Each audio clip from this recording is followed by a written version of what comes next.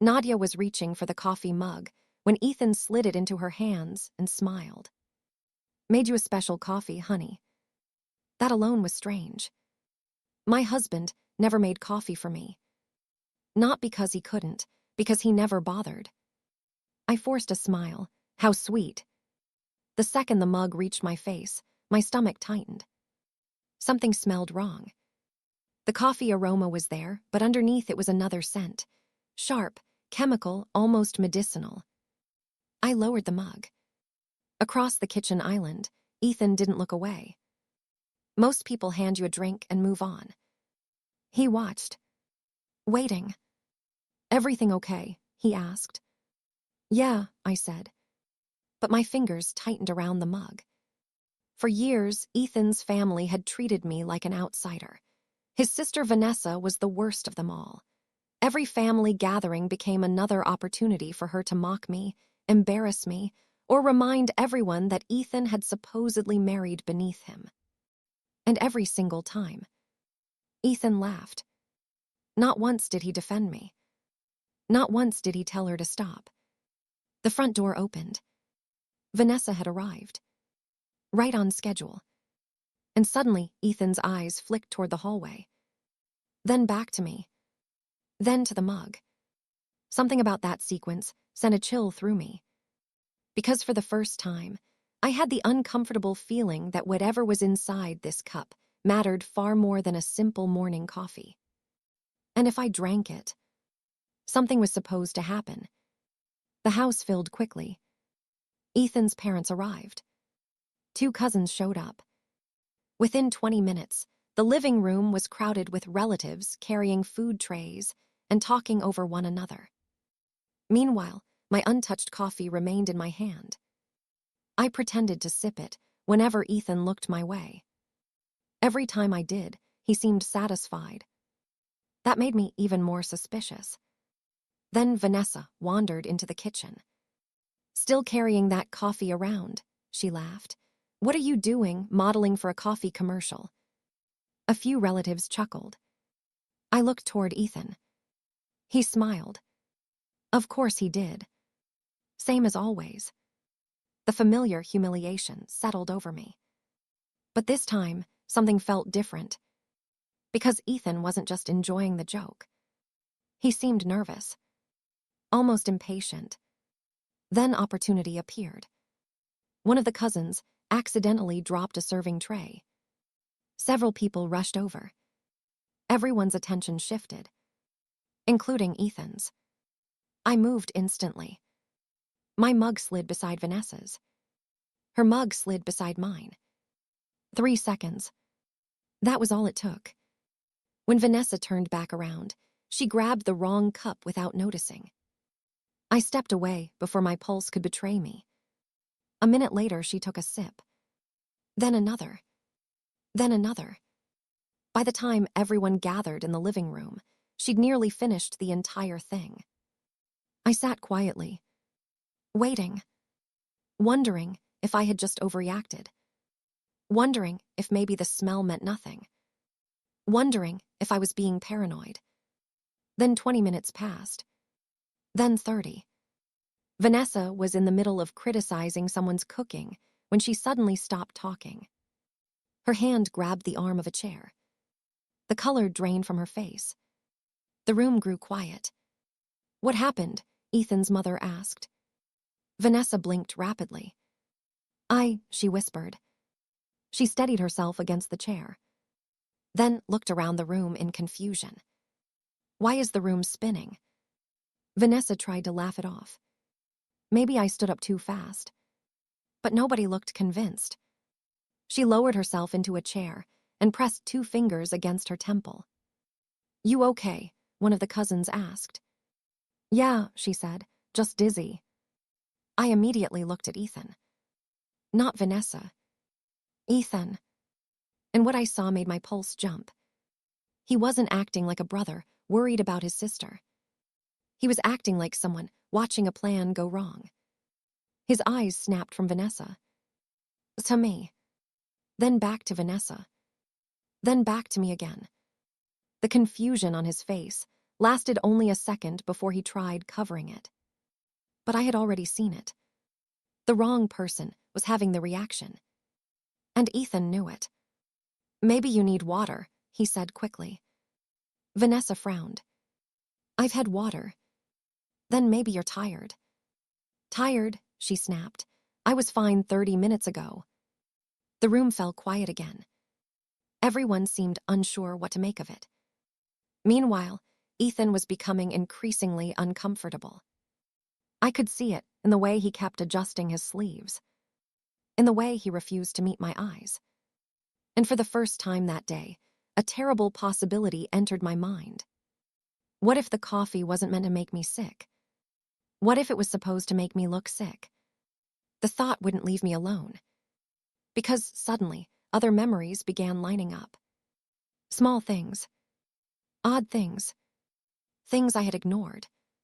A month earlier, Ethan had insisted I sign financial paperwork. When I asked questions, he'd acted irritated. "Just sign it, Nadia." I hadn't. Not because I suspected anything. I simply wanted time to read it. Then there were the comments. So many comments. Nadia's been forgetting things lately. Nadia's getting distracted.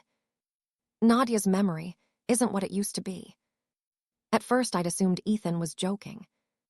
But he'd repeated those remarks to relatives. Again. And again. And again. Then Vanessa had started doing it too. "Oh, that's just Nadia," she'd laugh. "She's always confused." Everyone treated it like harmless teasing. But now it felt coordinated. Deliberate. Like they were planting an idea. An image. A version of me. And suddenly, that strange-smelling coffee felt connected to all of it. I excused myself and carried my untouched mug into the kitchen. No one paid attention. Everyone was busy fussing over Vanessa. My hands shook as I poured the remaining coffee into a clean glass container. Then I sealed it tightly. If nothing was wrong, fine. I'd look foolish. But if something was wrong, I wanted proof. When I returned to the living room, Vanessa looked worse.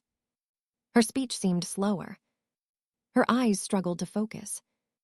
"Maybe we should take her to urgent care," Ethan's mother said. Before anyone could answer, Ethan stood abruptly. "Vanessa, come with me." "What? Now?" His tone left no room for discussion. Vanessa stared at him, then slowly rose from her chair. The moment she reached him, Ethan grabbed her arm and pulled her toward the hallway. "What are you doing?" she asked. He didn't answer. They disappeared into a spare room. And a second later, slam. The door shut hard enough to make several relatives jump. Every conversation stopped.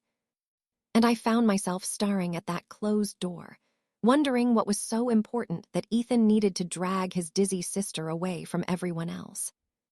The second that door slammed shut, I knew I wasn't staying in the living room.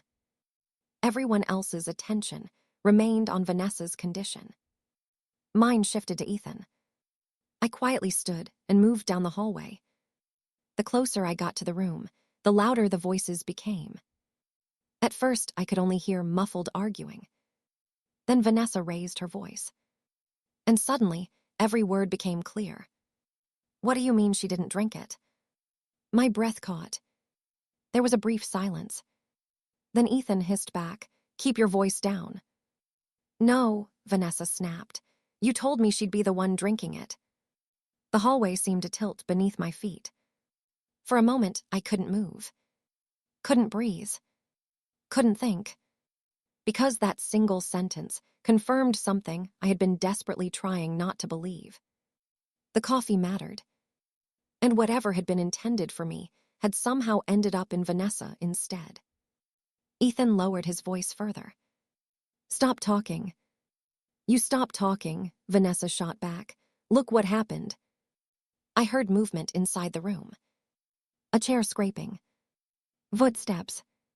I immediately stepped away and returned toward the living room before they could open the door. My heart was pounding so hard, I thought someone might hear it. But I had heard enough. Far more than enough. A minute later, the door opened. Vanessa emerged first. She still looked unsteady. Several relatives immediately surrounded her. What happened? Are you feeling better? Should we call somebody? The attention shifted completely toward her.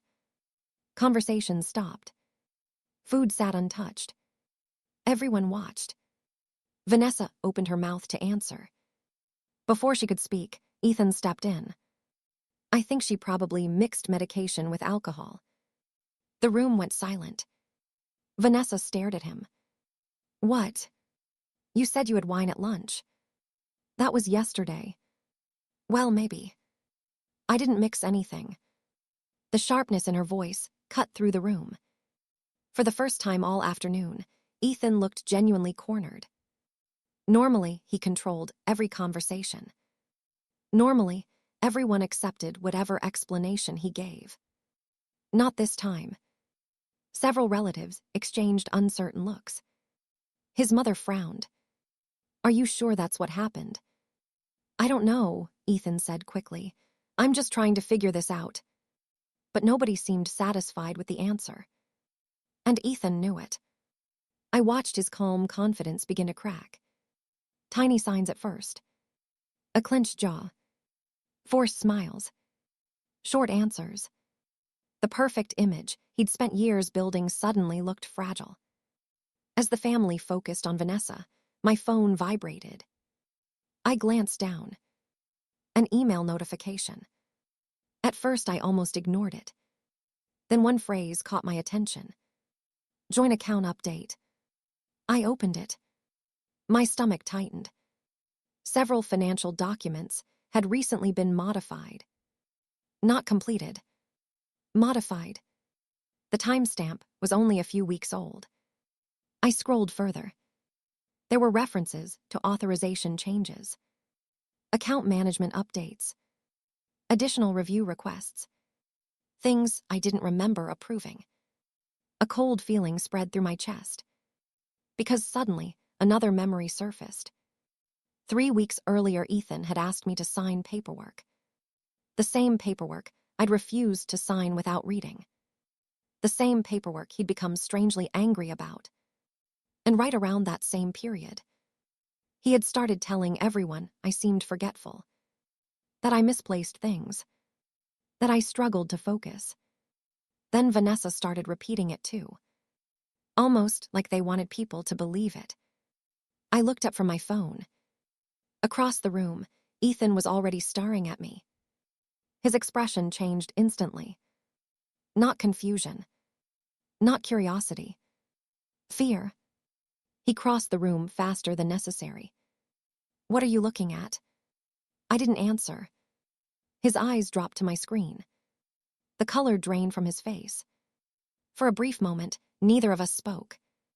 Then he leaned closer and quietly asked, Why are you looking at that account? I locked my phone screen before Ethan could see what I had already read. Why shouldn't I be looking at it? I asked. For a second, he didn't answer. That alone was an answer. Ethan had always been quick with explanations. Quick with excuses. Quick with reasons why I shouldn't worry. Now he just stood there. Thinking. Calculating. Then he forced a smile. It's nothing, just routine account maintenance. Routine. Yeah. His voice sounded steady. His eyes didn't.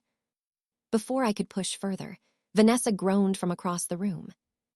Everyone rushed toward her again. The distraction gave me exactly what I needed. Time. An hour later, I left the gathering. I told everyone Vanessa seemed to be recovering and that I had errands to run. Nobody questioned it. Not even Ethan. Which was strange. Normally, he questioned everything. This time, he seemed more concerned about keeping his family calm. The second I got into my car, I called the bank. After several transfers, a representative finally pulled up the account history. Mrs. Carter, she said, There have been multiple authorization requests initiated recently. My grip tightened on the steering wheel. What kind of authorization requests? I can't discuss every detail over the phone, but several involve future account management changes. Future changes. Not current ones. Planned ones. Prepared ones. Waiting. Under what circumstances would those changes be activated? I asked. There was a brief pause. Then the representative answered carefully. In certain situations, one account holder may seek greater authority if the other is deemed unable to manage financial decisions independently. The air left my lungs. Unable to manage financial decisions. Everything clicked together. The comments, the jokes, the paperwork, the coffee. None of it was random. Someone had been building a case. And that someone was my husband. That evening, I took the sealed coffee sample to authorities for testing. I wasn't making accusations yet. I wanted facts. Only facts. Then I made one more stop. Home. Our security system stored recordings from multiple cameras, including one positioned near the kitchen. My hands trembled as I pulled up footage from that morning. I fast-forwarded, watched people move in and out of frame, watched myself upstairs getting ready. Then Ethan entered the kitchen alone. I stopped the video, rewound, played it again. Ethan looked around, opened a cabinet, removed a small container, unscrewed the lid, and poured something into a single coffee mug. Not both mugs. One mug. My mug. He stirred it carefully, then put everything away. A chill ran through my entire body. Because there it was. No theories. No assumptions. No misunderstandings. Evidence. Actual evidence. That night, I confronted him. The moment he walked through the front door, I was waiting. Ethan saw my face and immediately knew something had changed. What happened? He asked. I placed my phone on the table. The video was paused on the exact frame, showing him holding the container. His expression froze. Neither of us spoke. I pressed play. The footage rolled. Every second. Every movement. Every action. When it ended, silence filled the room. Finally, I said, "What did you put in my coffee?" He stared at the screen, then looked away. For the first time since I'd known him, he didn't even try to deny it. His shoulders dropped. It wasn't dangerous. I felt my stomach twist. So there was something in it. It wasn't dangerous, he repeated. That's your defense. You don't understand. Then explain it. It was harmless. Harmless. Vanessa could barely stand. And he was calling it harmless. I stepped closer. The bank told me about the authorization requests. His head snapped up. I watched the realization hit him. He understood exactly how much I knew. And exactly how much evidence I already had. Still, he tried one final argument. You can't prove intent. The words came out fast. Almost desperate. You don't know what my intentions were. I held his gaze. Then I calmly answered. I already submitted the coffee for testing. For the first time that night, real fear appeared in his eyes. His mouth opened. No words came out. Then my phone suddenly rang. Both of us looked at the screen. The testing lab. The results were ready. The room was completely silent as I answered the call. Ethan didn't move. Didn't speak. He simply stood there watching me. Listening. Waiting. Mrs. Carter, the technician said, we've completed the analysis. My heart pounded. What did you find? There was a substance present in the sample.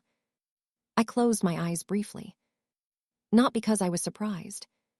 Because I wasn't. Part of me had already known. What kind of substance? The technician explained that it wasn't a lethal poison. It wasn't intended to cause permanent physical harm, but it could absolutely cause dizziness, confusion, impaired concentration, disorientation, and unusual behavior for several hours. Exactly what had happened to Vanessa. Exactly what Ethan had expected to happen to me. When the call ended, I slowly lowered the phone. Neither of us spoke for several seconds. Then I looked at my husband, the man I had trusted, the man I had defended, the man who had just been caught. And for the first time, he had nowhere left to hide.